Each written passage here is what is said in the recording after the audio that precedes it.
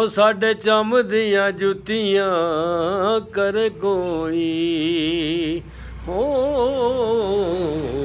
ਉਹ ਜਿਹੜਾ ਗਿਆ ਨੂੰ ਮੋੜ ਲਿਆਮਦਾ ਈ।